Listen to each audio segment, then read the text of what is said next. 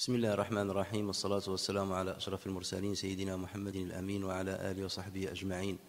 اللهم لا سهل إلا ما جعلته سهلا وأنت تجعل الحزن إذا شئت سهلا.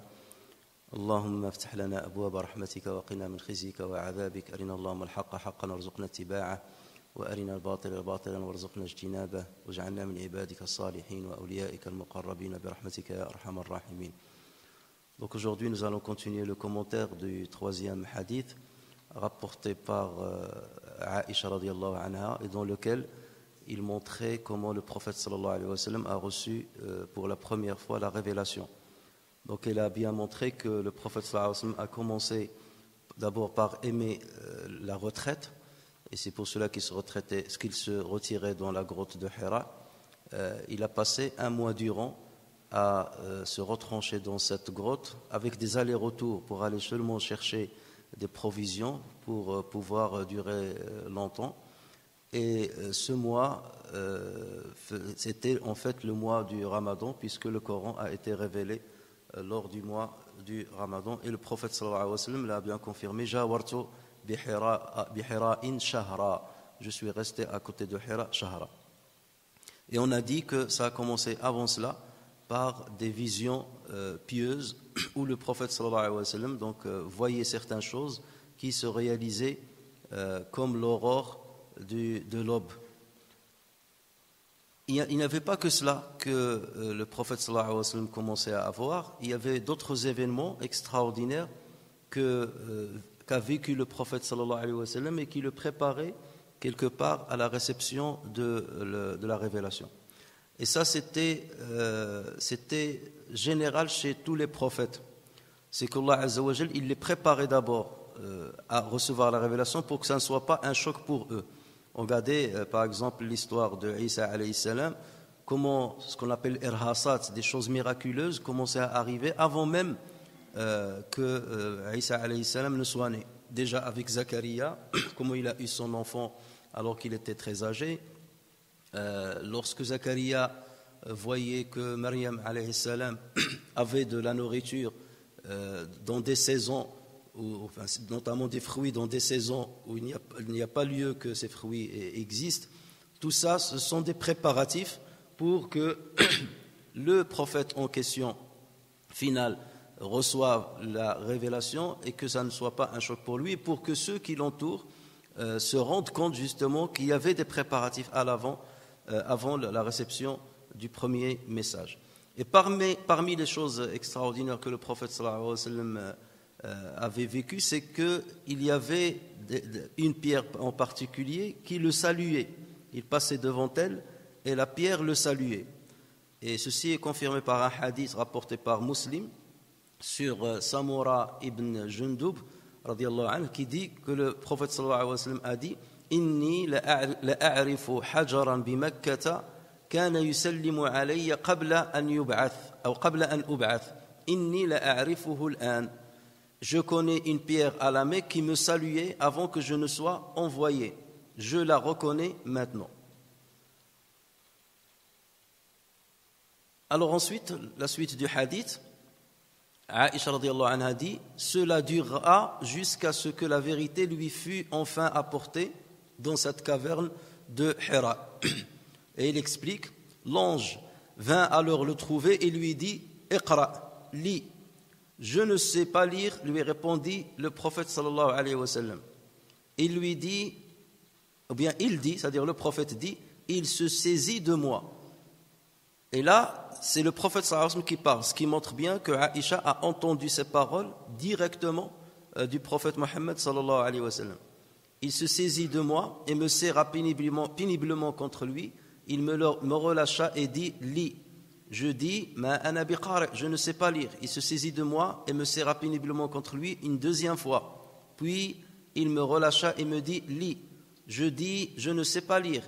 Il se saisit de moi et me serra péniblement contre lui pour la troisième fois. Puis il me relâcha et dit: Iqra bismi rabbika alladhi khalaq, khalaqal insana min alaq, Iqra wa rabbuka al-akramu alladhi 'allama bil qalam. Lis au nom de ton Seigneur qui a créé. Il a créé l'homme de sang coagulé. Lis est ton Seigneur. Alors l'alaq, ici on l'a traduit par sang coagulé, mais bien entendu ça a une autre signification. Li est ton Seigneur et le très généreux qui a enseigné avec le qalam.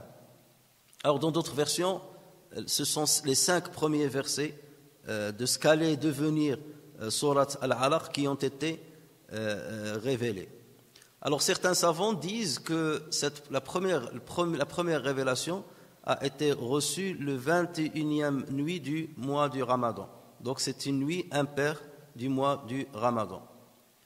Et l'ange Jibril alayhi salam est apparu donc au prophète sallallahu alayhi wa sallam dans cette grotte, mais non pas sous sa forme réelle, c'est-à-dire avec les ailes et tout. On reviendra dessus lors du hadith prochain, 4e hadith. Mais en tout cas, ce n'était pas avec sa forme réelle, puisque sous sa forme réelle, le prophète sallallahu alayhi wa sallam ne l'a vu que 2 fois, et ce n'était pas en cette fois-ci. C'était lors de la reprise de la révélation et lors de l'ascension. C'est les 2 seules fois où le prophète sallallahu alayhi wa sallam l'a vu sous sa forme réelle. Donc, vraisemblablement, l'ange Jibril alayhi salam est apparu sous la forme d'un être humain. Ubayd ibn Umayr, un tabi'i qui est mort en l'an 73 de l'Hégire, rapporte que le prophète sallallahu alayhi wa sallam avait d'abord vu l'ange Jibril dans le rêve avant que ce dernier n'apparaisse dans la réalité. Sauf que ce hadith-là, il dit mursal. Mursal, ça veut dire celui qui l'a rapporté, c'est un tabi'i, donc il ne le rapporte pas directement du prophète sallallahu alayhi wa sallam. Et le mursal, dans ce qui relève de l'aqida, on ne le prend pas en compte. Tous les hadiths mursal, ça veut dire on n'a pas le compagnon qui a rapporté cela au successeur, on ne le prend pas dans les affaires de l'aqida. Mais bon, ce hadith-là nous permet de comprendre qu'il y avait des préparatifs en tout cas. Et ceci est confirmé aussi par un autre hadith rapporté par Abu Naïm, qui rapporte d'ailleurs ce hadith avec une chaîne de transmission bonne, sur Alqama ibn Qais. Et Alqama ibn Qais, c'est un compagnon de Abdullah ibn Mas'ud, radiyallahu anhu. Et il rapporte donc sur Abdullah ibn Mas'ud qu'il a dit Inna awwala ma yu'ta bihi al-anbiya'u fil manami hatta tahda'a qulubuhum thumma إن أول ما يؤتى به الأنبياء في المنام حتى تهدأ قلوبهم ثم ينزل الوحي بعد في اليقظة. Les prophètes reçoivent d'abord la révélation pendant le sommeil jusqu'à ce que leur cœur s'apaise. Ensuite, la révélation descend pendant l'éveil. Donc, c'est comme si le prophète sallallahu alayhi wa sallam a vécu cet événement 2 fois. Une fois dans le rêve et la deuxième fois dans la réalité. Alors l'ange demanda au prophète sallallahu alayhi wa sallam de lire. Et étant analphabète, le prophète sallallahu alayhi wa sallam ne savait ni lire ni écrire, il a répondu par « je ne sais pas lire ». « Ma ana biqari ». Certains disent que cette phrase-là, « ma ana biqari », que c'était une interrogation de la part du prophète sallallahu alayhi wa sallam. « Ma ana biqari », qu'est-ce que je vais lire? Or, ce n'est pas le sens. « Ma ana biqari », et c'est pour cela d'ailleurs qu'il a pris la deuxième fois. S'il lui avait demandé qu'est-ce que je vais lire, il va lui dévoiler ce qu'il allait lire. Mais comme il a dit ma ana biqari, donc l'ange Jibril a compris que Muhammad sallallahu alayhi wa sallam lui disait je ne peux pas lire. Et Allah azza wa jalla nous confirme cela dans le Coran.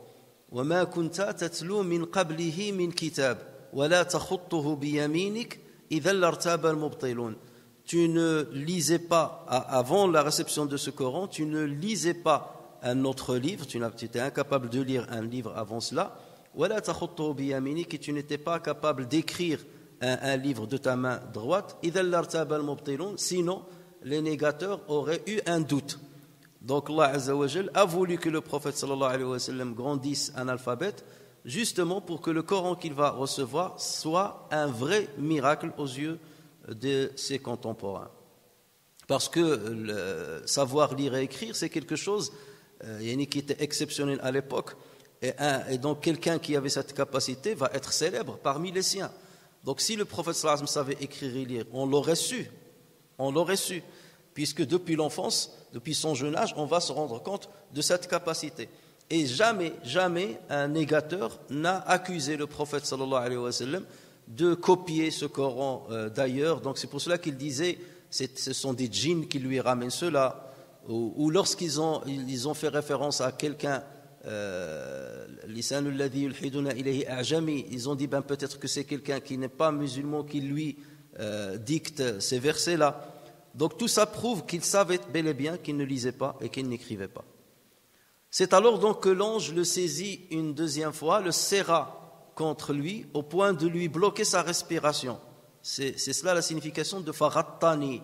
Rattani, ça veut dire il m'a essoufflé, il m'a étouffé, il m'a bloqué la respiration. Et d'ailleurs en arabe lorsqu'on dit rattahu fil ma, ça veut dire il lui a mis la tête dans l'eau pour l'empêcher de respirer. Hatta balagha minni al-jahd. Donc jusqu'à ce que je sois arrivé à bout. Donc je ne pouvais plus, j'allais mourir. Puis l'ange le relâcha avant de le saisir donc une deuxième fois, de le serrer contre lui et de lui dire la même chose. Iqra, et le prophète sallallahu alayhi wa sallam de répondre de la même manière. L'ange le serra puis une troisième fois, le relâcha et lui récita donc les 4 ou 5 premiers versets de ce qu'allait être Surat Al-Alaq. Cette manière de serrer, les savants parlent. Pourquoi il l'a serré? Alors pour certains, ils disent qu'il l'a serré pour lui faire rendre compte qu'il est bien éveillé, qu'il est en éveil, il n'est pas en train de faire un rêve ou de faire des hallucinations. Ça c'est la première explication. Pour d'autres, ils disent c'est pour le faire passer dans un autre état. Comme on a dit, le prophète sallallahu alayhi wa sallam, lorsqu'il recevait la révélation, il n'est pas dans son état humain normal, et physiologiquement parlant. Donc là, il est en train de le basculer dans un autre état pour qu'il comprenne ce qu'il va recevoir. Et d'ailleurs, cette contraction qu'il lui a faite, elle ressemble à ce qu'on appelle ad-damma. Et damma, c'est la contraction que n'importe quel être humain recevra lorsqu'il sera enterré dans sa tombe. Et ceci est confirmé par un hadith où le prophète sallallahu alayhi wa sallam, un hadith rapporté par l'imam Ahmed sur Aïcha radiyallahu anha, où le prophète sallallahu alayhi wa sallam a dit inna lil qabri daghtatan law kana ahadun minha naja lakana Sa'd ibn Mu'ad. Certes la tombe a un resserrement ou une contraction sur son occupant. Si quelqu'un devait en être sauvé, ça aura été Sa'd ibn Mu'ad. Sa'd ibn Mu'ad, comme vous le savez, c'était un des chefs de Médine.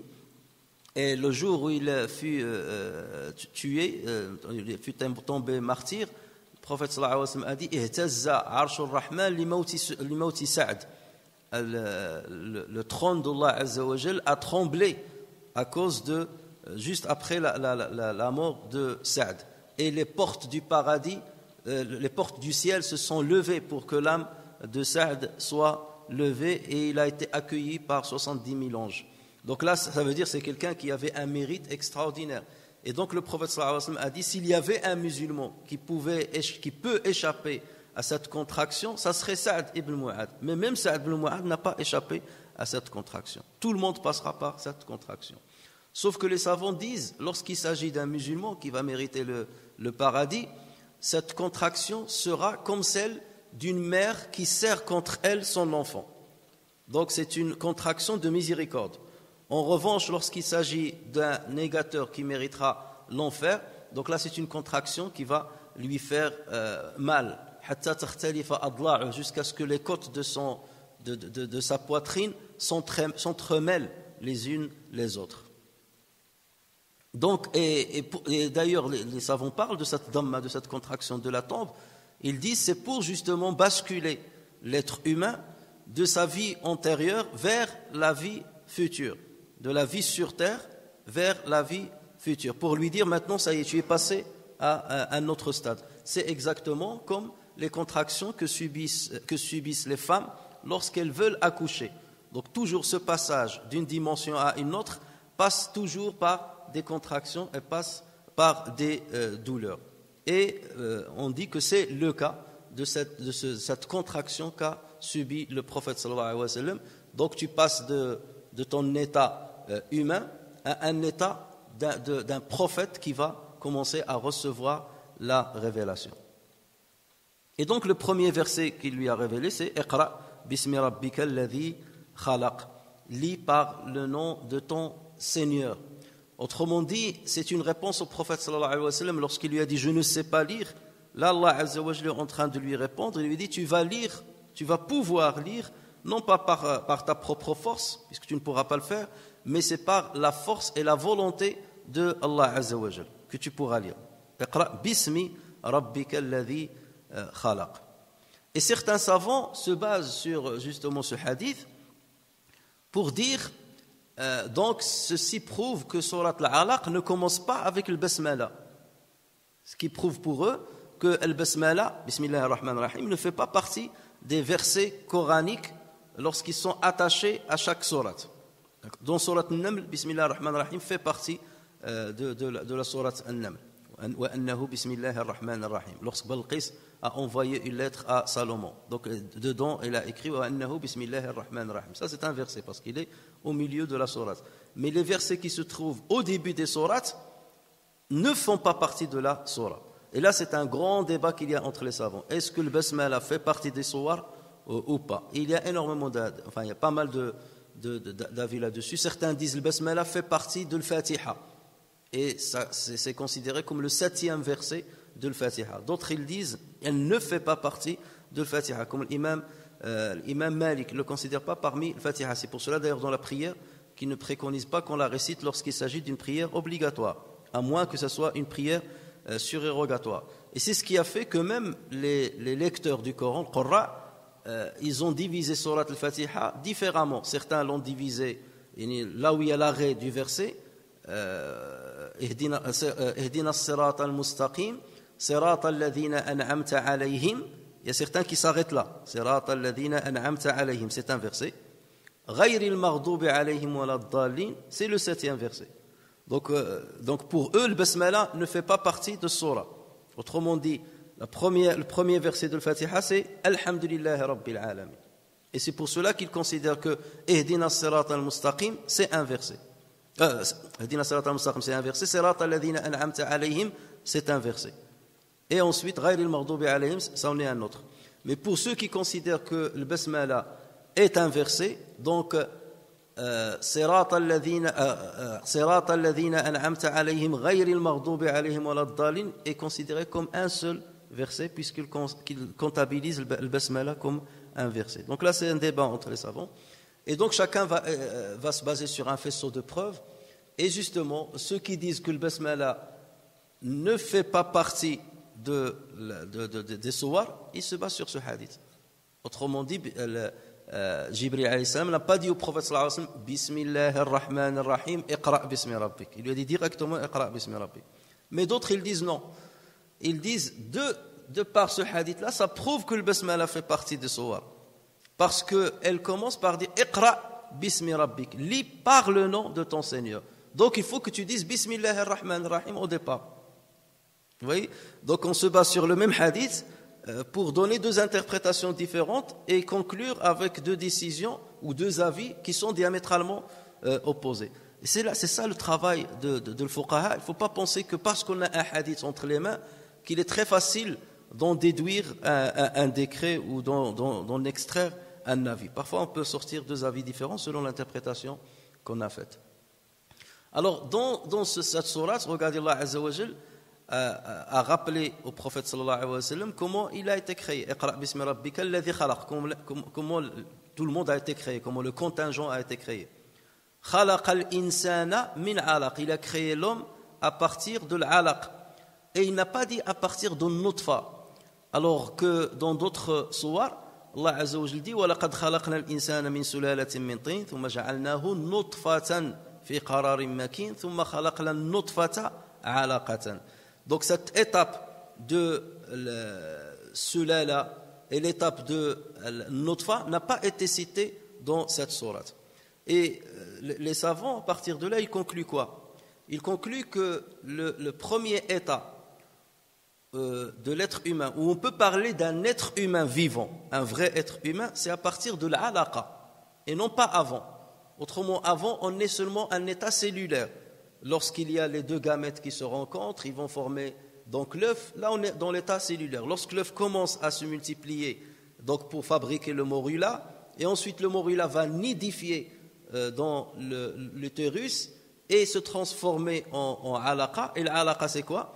C'est cet organe-là qui est pluricellulaire et dans lequel les vaisseaux sanguins vont se constituer. Donc c'est à partir de là, lorsque le réseau de vaisseaux sanguins s'est constitué, qu'on considère que l'être humain a commencé sa vie.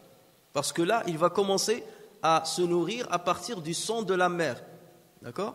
Donc il va se nourrir à partir du sang de la mère. Là, on peut dire que c'est la première étape de l'être humain vivant. Vous allez dire, mais ces détails ne sont pas importants? Non, s'ils sont importants. Et c'est sur ces détails-là que certains savants se sont basés pour dire que, par exemple, le stérilet, lorsqu'une femme utilise le stérilet, son rôle, c'est quoi?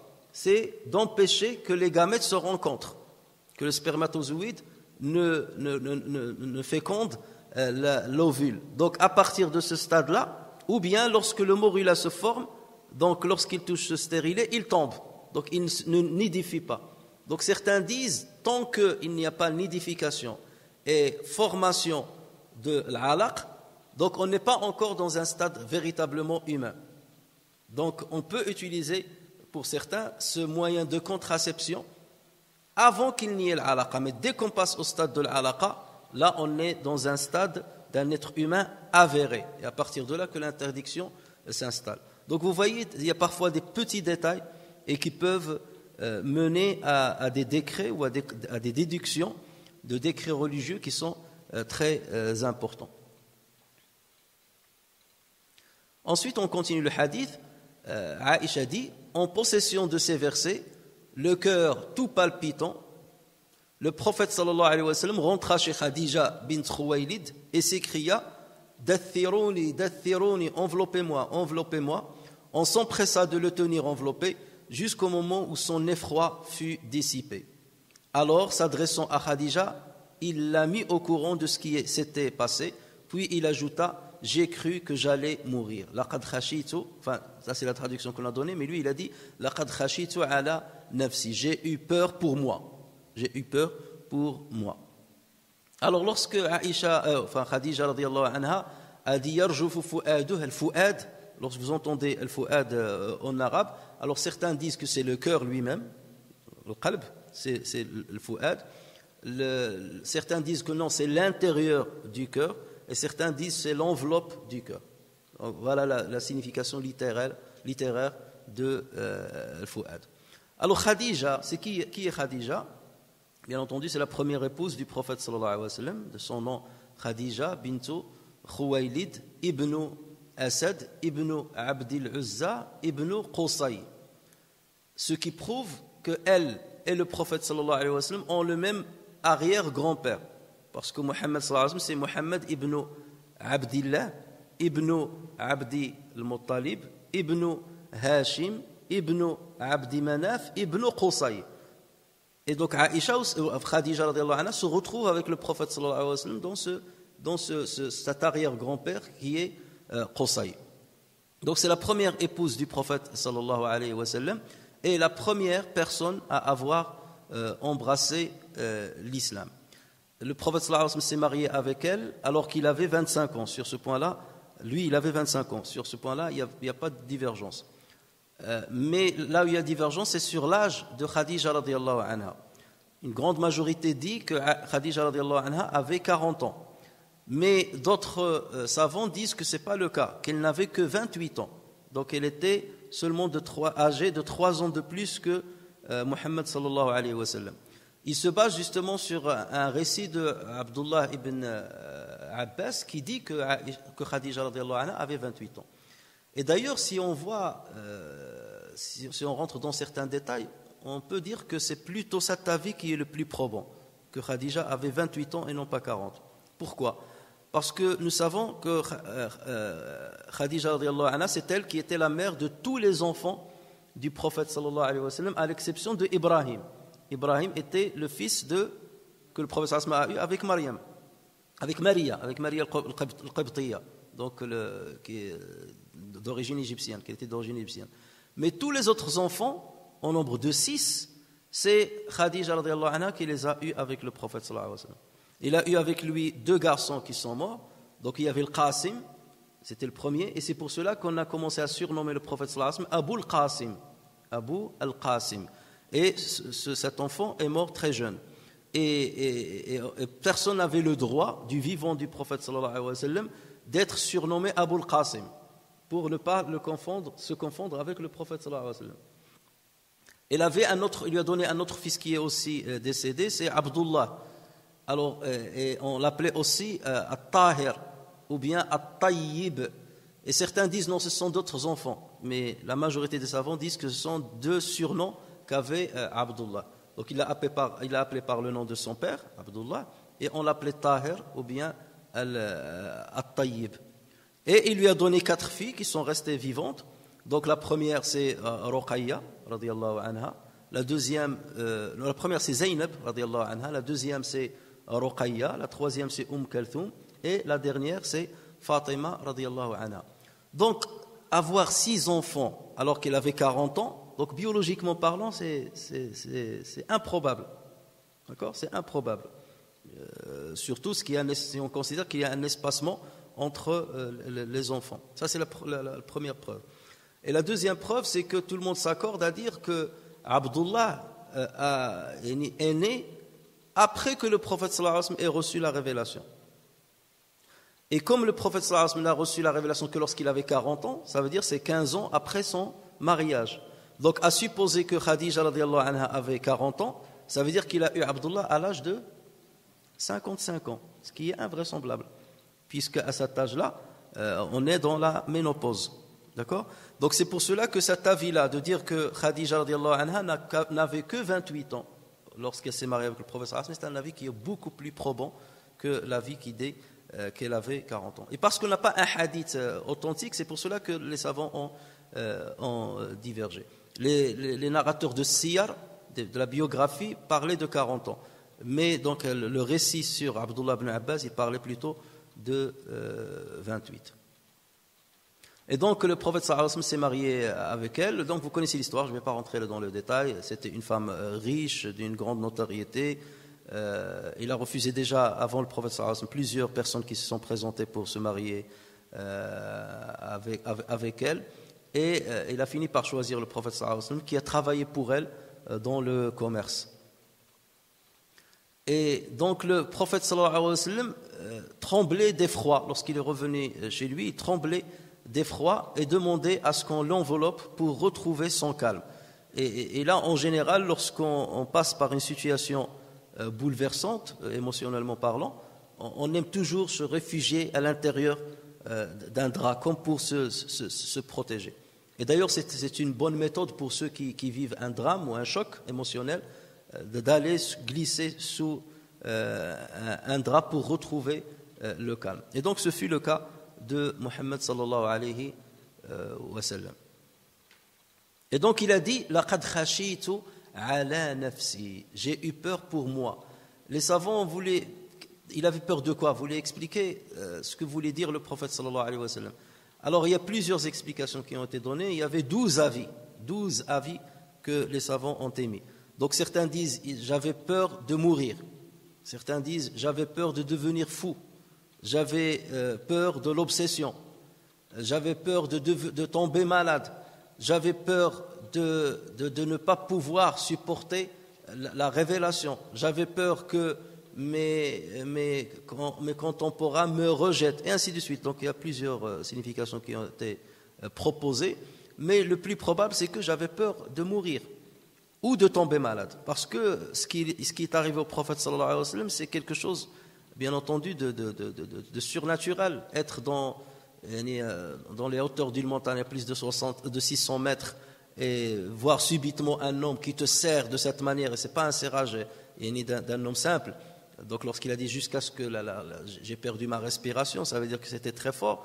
Donc tout cela bien entendu a bouleversé le prophète sallallahu alayhi wa sallam. Et donc il craignait plutôt pour sa vie, il craignait de tomber malade. Mais Khadija radiyallahu anha l'a rassuré et il lui a dit la wallahi ma yukhzika Allahu abada. Regardez, ça c'est très important ce que va dire Khadija radiyallahu anha. Non, par Dieu, certes jamais Allah ne t'infligera d'affront. Donc déjà il dit jamais Allah, ce qui prouve qu'à l'époque on savait que Dieu s'appelait Allah. Donc ça, il n'y avait pas de problème. Le problème de Qurayshites, c'est qu'ils associaient à Dieu une autre divinité. Ils savaient que le Créateur, c'est Allah Azza wa Jal. mais pour l'invoquer ou pour se rapprocher de lui, il passait par le biais des idoles. C'est ça l'ishraku billah, associer à Dieu d'autres divinités. Donc elle a dit, jamais Allah ne t'infligera d'affront, car tu maintiens, tu maintiens les liens de parenté.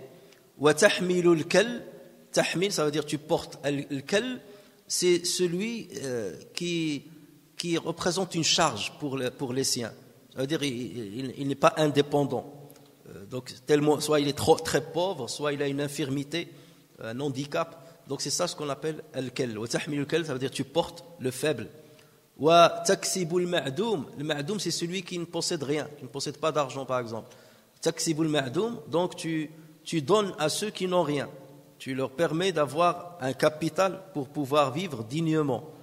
Wa taksibul ma'doum, wa taqri ad-dayf, taqri ça veut dire tu accueilles bien l'invité, tu accueilles bien l'hôte, aussi bien au niveau de la nourriture que tu vas lui présenter, aussi bien l'accueil. Tu le laisses dormir chez toi par exemple. Donc tout ça fait partie de l'qira, ce qu'on appelle al-qira. Taqri ad-dayf wa tu'inu ala nawa'ib al-haq, et tu secours les victimes des vicissitudes du droit. Alors là c'est un terme général, ça veut dire que tous ceux qui sont dans une épreuve, tu les aides dès lors que cette épreuve est juste. L'épreuve par laquelle ils passent est juste. Mais s'il est injuste, tu les aides pas. Quelqu'un par exemple qui a bu de l'alcool jusqu'à devenir je ne sais pas comment, et après tu viens pour l'aider, là c'est pas dans le haqq. Ou bien quelqu'un qui a volé de l'argent et après on l'a pris pour le punir, tu ne vas pas l'aider parce qu'il mérite la punition. Donc tu aides ceux qui ont subi des épreuves justes. Il n'est pas dans le mal, mais dans le bien. Donc vous voyez que les paroles de Khadija radiyallahu anha étaient des paroles rassurantes. Et ça dénote déjà l'intelligence de Khadija, ça dénote aussi la piété de Khadija radiyallahu anha. Donc elle, pourquoi il a dit ça? Il a dit ça de par son expérience personnelle. C'est qu'elle voyait dans son expérience personnelle que lorsque quelqu'un fait du bien aux autres, rend service aux autres, il vit une vie paisible. Allah Azza wa Jalla le protège. Donc c'est de par cette expérience, de ce qu'elle a vu dans son entourage, qu'il lui a dit cela. Toi, tu fais partie de ces gens qui aident énormément les autres. Donc c'est impossible que tu reçoives du mal. C'est impossible qu'il t'arrive un mal quelconque. Et d'ailleurs, tout ce qu'elle a dit correspond à ce que dit l'islam, qu'il s'agisse de ce qui a été dit dans des versets coraniques ou dans des hadiths du prophète sallallahu alayhi wa sallam. Lorsqu'Allah Azza wa Jal dit فَأَمَّا مَنْ أَعْطَى وَاتَّقَى وَصَدَّقَ بِالْحُسْنَى فَسَنُيَسِّرُهُ لِلْيُسْرَى أَمَّا مَنْ أَعْطَى, celui qui donne et craint et déclare véridique la plus belle récompense, nous lui faciliterons la voie au plus grand bonheur. Donc le croyant qui donne de l'argent, qui aide les autres, Allah Azza wa Jal lui donnera forcément une facilité dans sa vie, dans tous les domaines, lorsque tu aides les autres. Ça c'est une évidence. Donc Khadija a remarqué ceci bien avant que le Coran et le Hadith ne viennent confirmer ces dires. Et le prophète sallallahu alayhi wa sallam lui aussi il le dit en parlant de Silat al-Rahim. Silat al-Rahim, le maintien des liens de parenté. Il dit le lien de parenté est suspendu au trône, ou là est suspendu du trône, et dit celui qui entretient de bonnes relations avec moi, Allah gardera le lien avec lui. Mais quiconque rompt les relations avec moi, Allah rompra le lien avec lui. Et lorsqu'on parle de Silat al-Rahim, c'est maintenir le lien avec celui qui a voulu le couper. Alors que maintenir le lien avec quelqu'un qui maintient le lien avec toi, ça ne s'appelle pas Silat al-Rahim. D'accord? Là, ça s'appelle le mukafa'a. Tu réponds de la même manière à laquelle l'autre, tu agis de la même manière avec laquelle l'autre a agi avec toi. Donc là, ça fait plus référence à des parents, des proches parents, qui veulent couper toute relation avec toi, et malgré cela, malgré les problèmes, malgré les difficultés, malgré parfois ce qu'ils disent sur toi, tu maintiens les liens de parenté. Qira ad-dayf, là aussi, le prophète sallallahu alayhi wa sallam dit Man kana yu'minu billahi wal yawmil akhir falyukrim dayfa, celui qui croit en Allah et au jour dernier, qu'il soit généreux envers son hôte. Donc là aussi, tout va dans le sens de ce qu'a dit Khadija radiyallahu anha. Et le prophète sallallahu alayhi wa sallam, d'une manière générale aussi, il a dit Sana'i'ul ma'ruf taqi masari'a su'. Une très belle parole. Les bonnes actions protègent des malheurs. Les bonnes actions protègent des malheurs. Si tu veux qu'Allah Azza wa Jalla te protège des malheurs d'ici-bas, donc fais le bien envers les autres et rends service aux autres. Alors, ce qu'a dit Khadija radiyallahu anha, en fait, ça regroupe toute la bienfaisance, toutes les catégories de bienfaisance qu'on peut faire. Donc, c'est la bienfaisance par l'acte physique, aider quelqu'un qui est dans le besoin, l'aider physiquement, ou bien l'aider financièrement. Donc ça, c'est la bienfaisance physique et financière. La bienfaisance envers le proche comme l'étranger. Donc le proche, c'est tasilur rahim, ou l'étranger, donc le ma'doum et tout ça, donc c'est des gens lointains, et malgré ça, tu les aides. Qu'ils soient dépendants ou indépendants. Dépendant, c'est le kal. Indépendant, ça peut être le ma'doum, il n'a pas d'argent, mais il n'a pas de quoi vivre dignement. Donc il est indépendant parce qu'il a une force physique, mais malgré ça, il a besoin d'aide. Et dans ce cas, tu réponds à sa demande. Donc, dans sa parole, Khadija radiyallahu anha a regroupé toutes les catégories de bienfaisance. Et ce qu'elle a dit prouve qu'elle avait une grande affection et un grand respect à l'endroit du prophète sallallahu alayhi wa sallam. Le fait qu'une dame dise ceci de son mari, là, vous savez, même si tu as une bonne relation avec ta femme, si jamais il t'arrive un malheur, tu crois qu'elle va te dire tout ça? Non, là, tu es ceci, tu es cela, tu es cela. Et elle va te dire, ben calme-toi, prends un efferalgan et c'est bon, ça va passer, c'est tout. Non, là, ça montre qu'elle avait de l'affection et que l'affection, il faut la dire, la prononcer. C'est difficile chez nous de témoigner de l'affection qu'on a envers nos conjoints. Et là, regardez Khadija, lorsqu'elle dit ces paroles-là, ça montre justement le secret de la relation qu'il y ait le prophète sallallahu alayhi wa sallam à sa femme. Et ça prouve aussi que le prophète sallallahu alayhi wa sallam était de la sorte. Parce s'il ne se comportait pas de cette sorte-là avec Khadija, jamais il serait comporté avec lui de cette manière. Et ça, bien entendu, ça doit nous réveiller quelque part dans la manière avec laquelle on se comporte avec son conjoint. On doit prendre exemple sur Khadija radiyallahu anha. Et d'ailleurs, ce qu'a fait Khadija, c'est même en psychiatrie, en psychologie plutôt, on considère que c'est une très bonne méthode. Lorsque quelqu'un passe par une épreuve, par un effroi, donc, ou par une dépression, donc quel que soit donc justement le choc émotionnel dans lequel il est, le fait de le rassurer, mais pas le rassurer seulement, tu le rassures avec des paroles en mettant en exergue le bien qu'il a fait, d'accord, en montrant son côté positif, en montrant ses qualités. Donc ça, le fait de les citer comme ça, tu as des qualités, tu es ceci, tu es cela, parce que parfois la personne a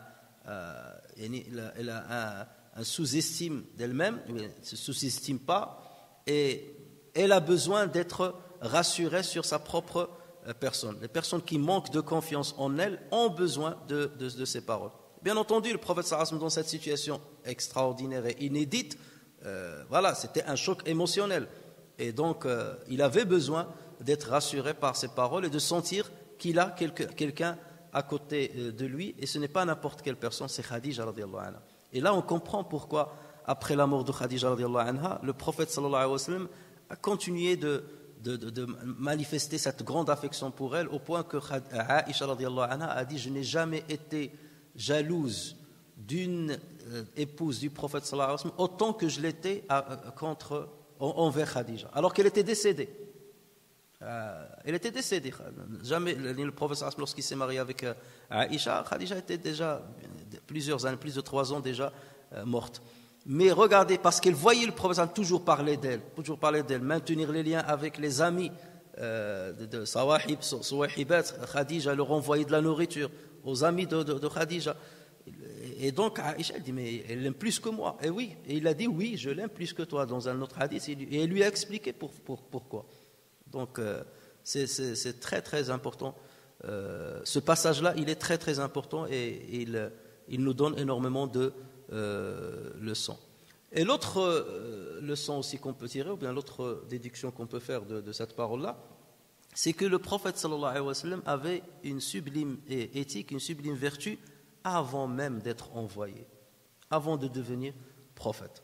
Donc ce n'est pas la prophétie qui l'a rendu vertueux, mais il l'était bien avant. La preuve, c'est que sur les 15 ans que Khadija a vécu avec lui, jusqu'à ce moment-là, où il a reçu la révélation, regardez le grand témoignage qu'elle a fait de lui.